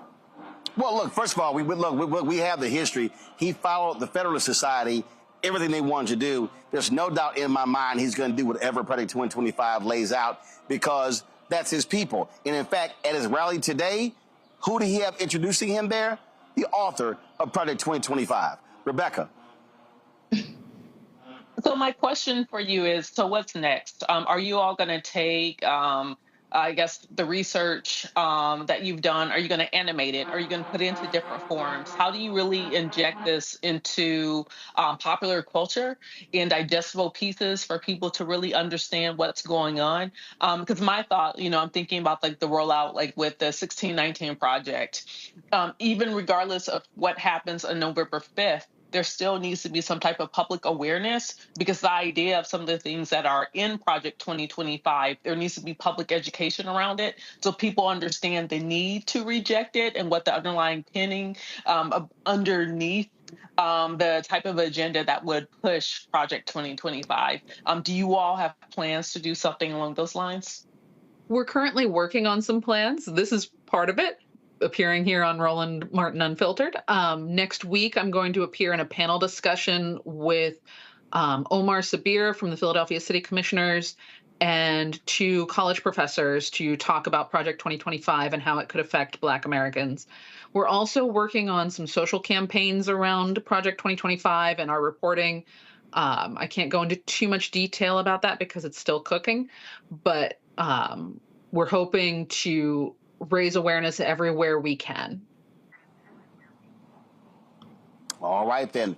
Well, Christina, we surely appreciate it. Thanks a lot. Thank you. Have a great night. All right, folks, going to a break. We come back. We're going to talk about Georgia. A couple of decisions made by a judge there. Also, a big announcement from the Department of Justice. More white supremacists arrested. Those details next, right here on Roland Martin Unfiltered on the Black Star Network, broadcasting live from Alabama State University in Montgomery, Alabama, where it is homecoming week. He told us who he was. Should abortion be punished? There has to be some form of punishment. Then he showed us. For 54 years, they were trying to get Roe v. Wade terminated, and I did it, and I'm proud to have done it. Now Donald Trump wants to go further with plans to restrict birth control, ban abortion nationwide, even monitor women's pregnancies. We know who Donald Trump is. He'll take control. We'll pay the price. I'm Kamala Harris, and I approve this message. I get it. The cost of rent, groceries, and utilities is too high. So here's what we're going to do about it. We will lower housing costs by building more homes and crack down on landlords who are charging too much. We will lower your food and grocery bills by going after price gougers who are keeping the cost of everyday goods too high. I'm Kamala Harris, and I approve this message because you work hard for your paycheck. You should get to keep more of it. As president, I'll make that my top priority. In 2016, Donald Trump said he would choose only the best people to work in his White House. Now those people have a warning for America. Trump is not fit to be president again. Here's his vice president. Anyone who puts himself over the Constitution should never be president of the United States. It should come as no surprise that I will not be endorsing Donald Trump this year. His defense secretary. Do you think Trump can be trusted with the nation's secrets ever again? No. I mean, it's just irresponsible action that places our service members at risk, places our nation's security at risk. His national security advisor. Donald Trump will cause a lot of damage. The only thing he cares about is Donald Trump. And the nation's highest-ranking military officer. We don't take an oath to a king or a queen or to a tyrant or a dictator. And we don't take an oath to a wannabe dictator. Take it from the people who knew him best. Donald Trump is a danger to our troops and our democracy. We can't let him lead our country again. I'm Kamala Harris, and I approve this message. Bob and I both voted for Donald Trump. I voted for him twice. I won't vote for him again. January 6th was a wake-up call for me. Donald Trump divides people. We've already seen what he has to bring. He didn't do anything to help us. Kamala Harris, she cares about the American people. I think she's got the wherewithal to make a difference. I've never voted for a Democrat. Yes, we're both lifelong Republicans. The choice is very simple. I'm voting for Kamala. I am voting for Kamala Harris. IVF is a miracle for us because it allowed us to have our family. After having my daughter, I wanted more children, but my embryo transfer was canceled 8 days before the procedure. Donald Trump overturning Roe v. Wade stopped us from growing the family that we wanted. I don't want politicians telling me how or when I can have a baby. We need a president that will protect our rights, and that's Kamala Harris. I'm Kamala Harris, and I approve this message. Kamala Harris has never backed down from a challenge. She put cartel members and drug traffickers behind bars, and she will secure our border. Here's her plan. Hire thousands more border agents, enforce the law and step up technology, and stop fentanyl smuggling and human trafficking. We need a leader with a real plan to fix the border, and that's Kamala Harris. I'm Kamala Harris, and I approve this message. What's up, y'all? This is Wendell Haskins, a.k.a. Win Hogan at the original T-Golf Classic, and you know I watch Roland Martin Unfiltered.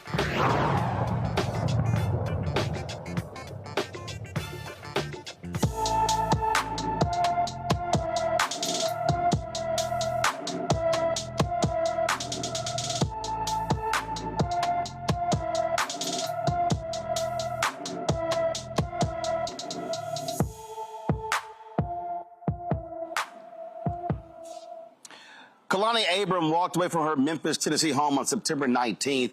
The 15-year-old is 5 feet 10 inches tall, weighs 130 pounds, with black hair and brown eyes. Kalani was last seen wearing a long sleeve, a green long sleeve shirt, wide leg khaki joggers with black and McDonald's Crocs with yellow bottoms. She has long black and red braids. Anyone with information about Kalani Abrams should call the Memphis Police Department at 901-636-4479, 901-636-4479. Folks, in California, a federal grand jury has indicted 68 people, and they detail alleged crimes by a white supremacist street gang. Prosecutors say they maintain an alliance with the Mexican Mafia prison gang. According to the 76-count indictment, the Peckerwoods in the San Francisco Valley area are accused of a years-long pattern of racketeering, extensive drug trafficking, illegal firearms possession, as well as COVID-19 loan fraud. The indictment, unsealed Wednesday, details the seizures of dozens of pounds of fentanyl, heroin, meth, and several illegal firearms. The gang allegedly worked with other organized crime groups based out of California prisons. I keep talking about this, Rebecca. It matters when you talk about the Department of Justice. All these people who kept talking about, oh, the Asians got a hate crime bill. Oh, the Asians got a hate crime bill. What about our hate crime bill? There aren't hate crime bills that deal with African Americans, because they all do. This is a perfect example of the DOJ using the laws to go after white supremacists. You know, I went back and I reviewed the COVID-19 anti-hate crime bill. And one thing I noticed that, yes, in the preamble, it pointed to specific instances of attacks on those who are of Asian American descent in this country. So yes, absolutely, there was a call out to something specifically that was happening. But if most people actually read the preamble of most legislation, there is an example or a story or real people and places that led to the creation of that particular bill being introduced and then ultimately being passed into law. But that said, I really do such as the bill that was such as the bill. Rebecca, one second. Such as the bill that was passed that dealt with the burning of churches and religious institutions. And when you read the summary, it details the burning of black churches. Yes, absolutely. Or even when you look at the Shepherd and the Bird Act, it talks about Matthew Shepard, who was the white gay young man in Wyoming who was brutally attacked and killed because of his identity of being a gay man. Or we know Mr. Bird down, I believe, in Jasper, Texas, who was brutally attacked and I believe dragged by white supremacists. Dragged and murdered. Yeah, absolutely. And so behind every piece of law, every piece of legislation that's passed, there is a story. There's real human data points behind it. And that's very common. That's a part of the practice of how legislation is passed in this country. And so just like we talked about last night, what's unfortunate with a low literacy in civic education, many people don't understand how the sausage is made, how legislation is passed. So they'll see, oh, well, there's specific people who are Asian American who are mentioned in this particular anti-hate bill. So therefore, it must mean that this is only for Asian Americans. And that is not the case, because when you actually read the provisions of the law, it's not just for crimes committed against Asian Americans, but it's acknowledging, hey, during this point of time, this specifically thing was happening to Asian Americans. But bringing it back to Clark's Department of Justice, one thing that we are seeing is many things that Black Americans have talked about and many issues that have polled that, you know, we care about are some of the issues that are being addressed within the Department of Justice. Unfortunately, we're not seeing as many bills being passed in the House and the Senate, but we are able to see what's happening through executive action, but also through the executive branch, which is what Department of Justice is under. It's specifically under the administration of the White House. Well, Gavin, again, when you talk about this kind of work, first of all, you got a group called the Peckerwoods. Yeah, they're going to come after you. And this is an example of, again, white supremacists being held accountable by this Department of Justice. Yes, it certainly is. And it's always hard talking after Rebecca because she covers everything so perfectly. I guess one thing that I'll add is, you know, if you look at what this gang, this white supremacist gang is, you know, being charged with in large part, it has to do with the racketeering, it has to do with the fraud, it has to do with the drug trafficking. And what I think is so shameful is the moral and intellectual dishonesty that Republican leaders, Donald Trump, J.D. Vance, and others traffic themselves in painting those who engage in this kind of behavior as being only of a certain race and only of a certain color.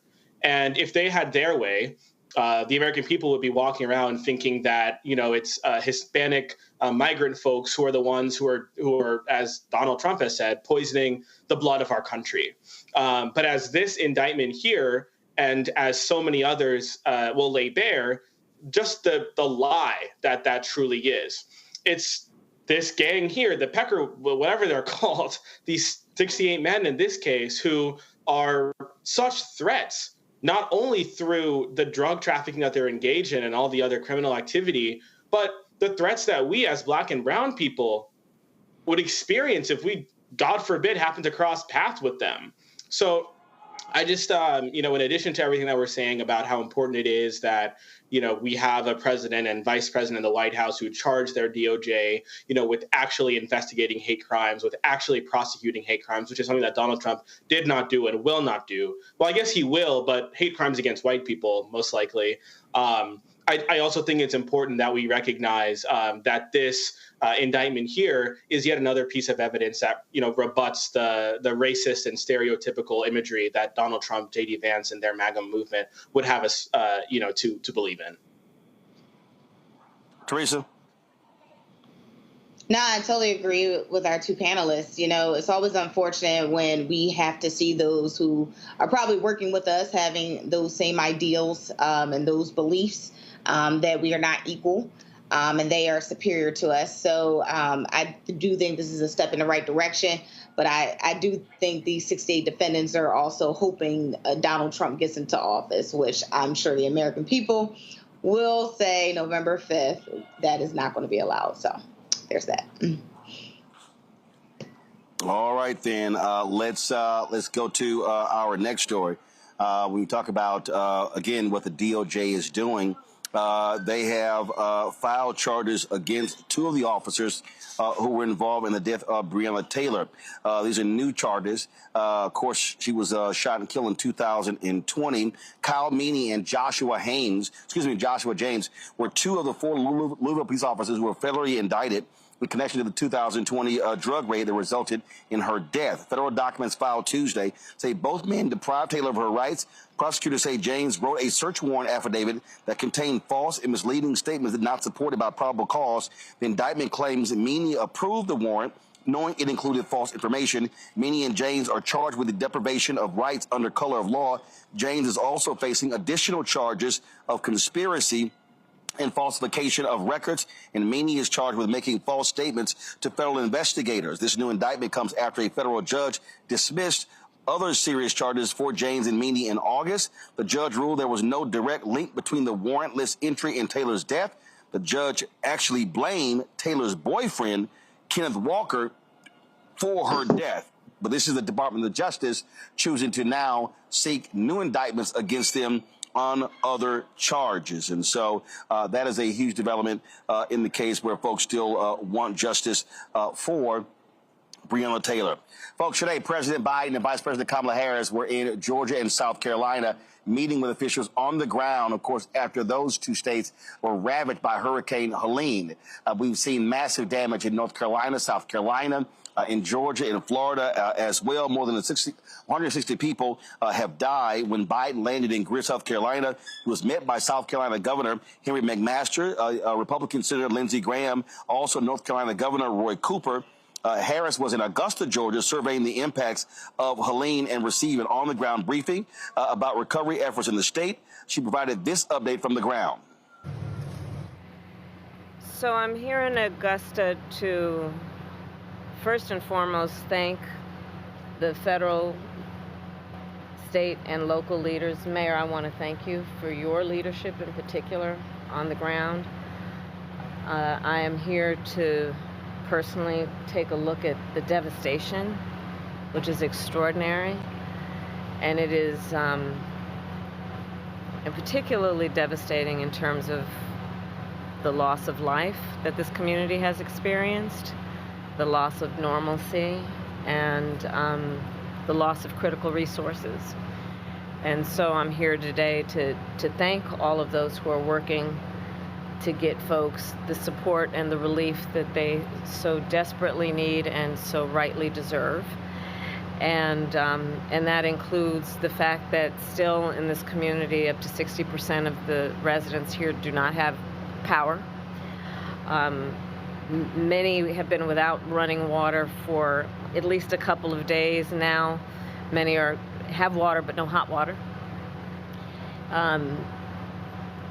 I was just talking with one of the members of the community and her daughter who lost her husband. And there is real pain and trauma that has resulted because of this hurricane and what has happened in terms of the aftermath of it. I do want to acknowledge and thank the first responders who have been extraordinary. Having met with them, they are the kind of folks that are the heroes in moments of crisis, who do extraordinary work that is about lifting up other people. As it relates in particular to the leaders who are here and doing that work, including the first responders, most of them, as it relates to the local folks, are folks who have personally, and their families have personally experienced loss and devastation, and yet they leave their home, leave their family to go to centers like where I was earlier to do the work of helping perfect strangers. And it Before leaving D.C., Biden ordered 1,000 active duty troops to immediately deployed to assist with response and recovery efforts. According to the Homeland Security, Alejandro Mayorkas, search and rescue teams have conducted nearly 1,500 structural evaluations and hundreds of rescue evaluations. More than 4,800 personnel from across the federal workforce have been deployed to help in recovery efforts, along with 8.8 million meals, more than 7.4 million liters of water, and 150 emergency power generators. More than $10 million has been provided directly to those affected by Hurricane Helene. So I think that pretty much shuts up, Rebecca, a lot of these lying right-wingers who keep saying that, oh, we keep sending money to Ukraine, but we have no money to help Americans. It's a lie. President Biden is called a lie. He's called Donald Trump a lie. And it goes to show you that while they're lying, the Republican governor of South Carolina, the Republican senator from South Carolina, they don't mind standing there welcoming the president because, again, they might complain in D.C. when natural disasters strike. They sure don't mind the federal government showing up. Absolutely. And the people on the ground who are dealing with the devastation and the direct aftermath, who are without power, who are without adequate running water, who are, if there's gas pipelines, for natural gas delivered to homes that have potentially ruptured. Here's the thing. Those people will remember, especially when they hear, oh, it's an infrastructure week. And so we need to make sure that people understand that when it's time to pass policy and do the things to make sure that America has a critical infrastructure to be able to deal with, okay, so there's a storm, it's a major storm, but still be able to have the basic necessities of life to be safe in this country. We have to make sure that people understand the connection between infrastructure, the connection between having serious legislators who are going to Washington, D.C., who are going to Congress to actually do the work of the federal government, who actually want government to work. We have to make sure that we're connecting the dots here, that people understand that it's that the idea of not wanting government to fully function is a failed idea, especially because we have climate change, and climate change is real, and this country is woefully underprepared to deal with the impact of climate change. And here's the thing, Gavin. You always love these folks who complain and complain and complain. Then you have these Republicans in Congress who vote against FEMA, vote against emergency relief, all until it impacts them and their state. That's right. Yep. No, that's absolutely right. And let me just say this. The clip we just saw of Vice President Harris, that's what leadership looks like. And we've seen that time and time again with President Biden, with Vice President Harris. Another example that comes to mind for me was the bridge collapse in Baltimore, and how the president and vice president mobilized the resources of the federal government to work in collaboration, in close collaboration with state and local leaders on the ground to respond. And Rebecca, so correct in pointing out the connections between infrastructure and natural disasters. And I want to foot stomp what she said about climate change. It's understanding people recognize that as climate change intensifies, these extreme weather events are going to happen at an increasing frequency. Not too long ago, Donald Trump was in Pennsylvania talking about California, saying how blackouts and brownouts are happening like every day because of Kamala Harris and Gavin Newsom, who he called Gavin New Scum. And on that point, too, I would just have him and all of his supporters recognize that blackouts and extreme weather events, these things are happening, again, at an increased frequency because of climate change. And Donald Trump is the one who's called climate change a hoax. Meanwhile, Vice President Harris and, of course, President Biden have actually taken action, Roland, to your point, in passing bills that Republicans take the Inflation Reduction Act that every single Republican in the House voted against. We might remember President Biden saying, I'll see you at the groundbreaking for that and so many other pieces of legislation like the bipartisan infrastructure law.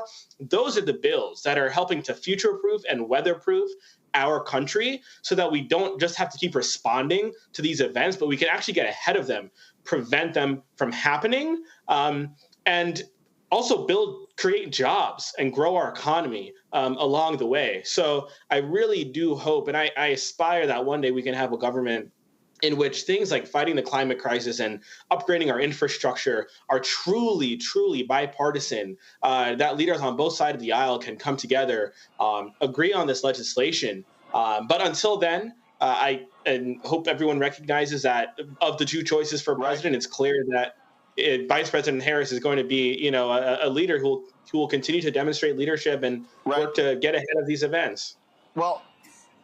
Well, Teresa, let me also remind folks, when Trump was there, he withheld funding for North Carolina for 2 weeks. And when you had natural disasters, he played politics. He wanted folks to kiss his behind. In fact, Governor Roy Cooper said that North Carolina only got 1% of the amount of money they were requesting when it came to disaster relief. I think about Houston when the hurricane hit there, and then you had the same thing. Governor Greg Abbott, Republican, did not send any resources to Harris County because he wanted to penalize Harris County because it was a blue county. That's how Republicans operate in natural disasters. They play politics and they play games, whereas Biden-Harris understands they are president and vice president for all Americans, regardless of your party. And that's what people have to remember when they're going to the polls, is when the time of disaster and destruction has taken place in our neighborhoods, our communities, and affected our families, who came to the rescue. And, it's always interesting when I'm also having these conversations with friends and colleagues about the difference between the president, Donald Trump, and the administration of Biden-Harris and what was done. And it's interesting how people forget about these natural disasters that actually, not only it took so long to rebuild, but like you said, the funding was not there. It wasn't there when they needed it. It was too many loops. It was too many calls. It was just too much non-government working on the behalf of the people. And so these type of things, unfortunately, it is happening again, and it's happening during election cycle, but we are still seeing Kamala Harris stand up and be our vice president and still do her job and take a break from being our, presidential candidate for the United States. And so that's what people need to remember. In times of destruction and turmoil, what is our president going to do for us that is not asking for political name recognition or bribery of any kind? All right, then, Teresa, Gavin, and Rebecca, I appreciate y'all being on today's show. Thank you so very much. Folks, tomorrow I will be speaking here on the campus of Alabama State University, talking about voting with students here. So look forward to having that conversation. We'll be live streaming that conversation as well tomorrow. Don't forget, then, of course, I'll be flying back. My man, Dr. Greg Carr, is sitting in for me as I head back to the nation's capital. Don't forget to support the work that we do here at the Black Star Network. Your support is critical. Send your check and money order, P.O. Box 57196, Washington, D.C., 20037-0196. PayPal, R. Martin Unfiltered. Venmo is RM Unfiltered. Zelle, Roland at RolandSMartin.com. Roland at RolandMartinUnfiltered.com. Be sure to download the Black Star Network app. Apple phone, Android phone, Apple TV, Android TV, Roku, Amazon Fire TV, Xbox One, Samsung Smart TV. Be sure to get a copy of my book, White Fear, How the Browning of America is Making White Folks Lose Their Minds, available at bookstores nationwide. Download the audio version on Audible. Folks, it is homecoming week here at Alabama State. They're playing Florida A&M University, so that's going to be a great game this weekend. And so be sure to, so we'll be, of course, enjoying speaking tomorrow and, of course, talking about issues that matter. My man John Hope Bryant's going to be joining Mayor Randall Woodfin tomorrow in Birmingham at 10 a.m., 10 to 1. And then he's actually going to be in Montgomery tomorrow evening with Mayor Stephen Reed for his book of financial literacy. So y'all be sure to check that out as well. Folks, that's it. I will see y'all tomorrow right here on the Black Star Network. And again, appreciate the folks at Alabama State University for broadcasting the show here, talking with the president, Dr. Ross, as well. I'll see y'all tomorrow. Holla! Black Star Network is here. Oh, no punch! I'm real revolutionary right now. Thank you for being the voice of Black America. All momentum we have now, we have to keep this going. The video looks phenomenal. See, this difference between Black Star Network and Black-owned media and something like CNN. You can't be Black-owned media and be scared. It's time to be smart. Bring your eyeballs home. You dig?